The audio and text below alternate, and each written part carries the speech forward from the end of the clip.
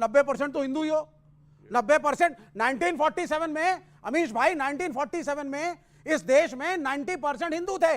हाँ? Hindu school teacher ने हिंदू शिक्षकों को चीट किया, हिंदू मंत्री, Hindu IAS, Hindu IPS, Hindu ticket collector, Hindu clerk, सभी तो हिंदू हो। किससे आरक्षण चाहिए आपको? जब आप में स्वयं में स्वामी दीपांकर, हाँ। सभी तो ओके स्वामी दीपांकर, सभी तो हिंदू हैं। 50 सेकंड आपके। मैं समझता हूं कि इससे बड़ी विडंबना सामने बैठे दर्शकों के लिए भी नहीं हो सकती और मेरे लिए तो है ही नहीं। मैं हैरत में पड़ता हूं भाई साहब कि कितने गर्व से, कितने कॉन्फिडेंस से, कितने ताकत से आप देखिए कि 90% भी कहा और पलीता भी लगा दिया। इससे ज्यादा खूबसूरती कहां लाइएगा, नहीं मिलती भाई साहब। मैं हैरत में हूं कि हम 90% हैं और हमारा डीसीपी कुल्हाड़ी से कट रहा है।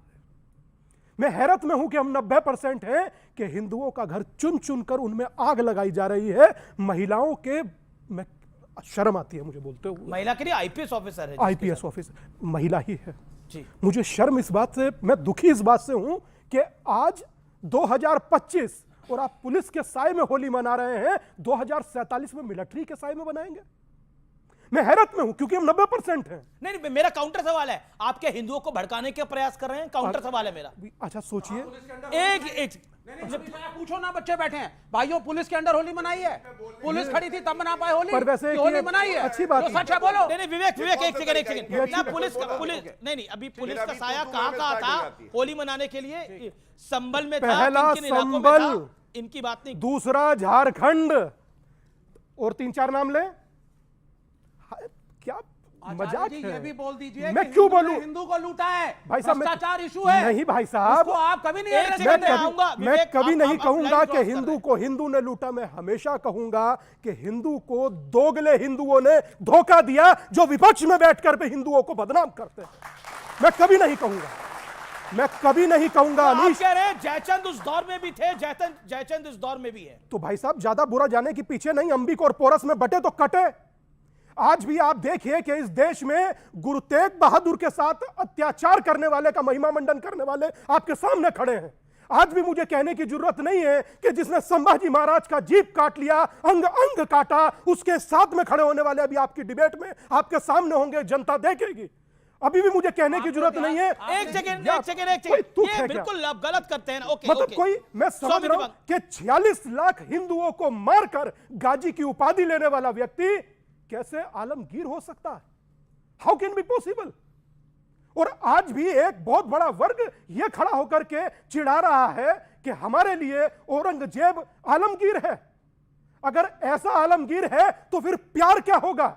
अगर तलवार हिस्टोरिकली इनकरेक्ट है, आपको रोकना पड़ेगा। औरंगजेब 46 लाख का फिगर किस किताब से लाए हैं? आपको लगता है छावा फिल्म जिम्मेदार है इन सब चीजों के लिए? बिल्कुल जिम्मेदार है। हाँ बिल्कुल, छावा फिल्म। और एक गौरव भाटी, एक छावा फिल्म जिम्मेदार है। ये बार बार पॉइंट आ रहा है। छावा फिल्म ना होती तो नागपुर हिंसा ना होती, छावा फिल्म ना होती तो समाजवादी पार्टी के वरिष्ठतम नेताओं में से एक अबू आसिम आजमी को औरंगजेब की तारीफ ना करनी पड़ती। ये सब विचार आ रहे हैं। अमीश भाई आपने सुना नहीं, ध्यान दीजिए। 46 लाख नहीं मारे थे औरंगजेब ने, अरे 45 लाख मारे थे तो क्या हुआ? 46 लाख नहीं मारे थे। अरे एक भी मारा था तो बहुत ज्यादा मारा था, क्योंकि बीच में ना बोले। कितने मारे थे? कितने मारे? एक सेकंड कितने मारे थे? 40 लाख नहीं मारे। कितने मारे? बताना चाहिए कि नहीं बताना चाहिए? मैं बोल देता हूं कितने मारे? यहाँ पे हाथ खड़ा करिए जो जानना चाहते हैं। एक मिनट, जवाब दीजिए विवेक मैं जवाब दे रहा हूं। पहली चीज, हिस्टोरिकली इनकरेक्ट, ना कोई किताब है, ना कोई सोर्स है, बस यूट्यूब और व्हाट्सएप के ज्ञान पे बोले जा रहे हैं। 40 लाख, 45 लाख, 46 लाख कितने मारे आप बताइए? औरंगजेब और महाराज ज्ञानी शिवाजी आप की बताइए। लड़ाई हिंदू मुसलमान की लड़ाई थी नहीं, फिर ये राजा की लड़ाई थी। अच्छा चलिए, अब मैं बात पूरी कितने कर मारे आपने नहीं बताया? नहीं बताएंगे वो।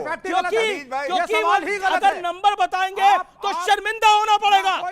बड़ी लाइव डिबेट के अंदर शर्मिंदा होना पड़ेगा। इस देश का मुसलमान औरंगजेब के साथ नहीं है।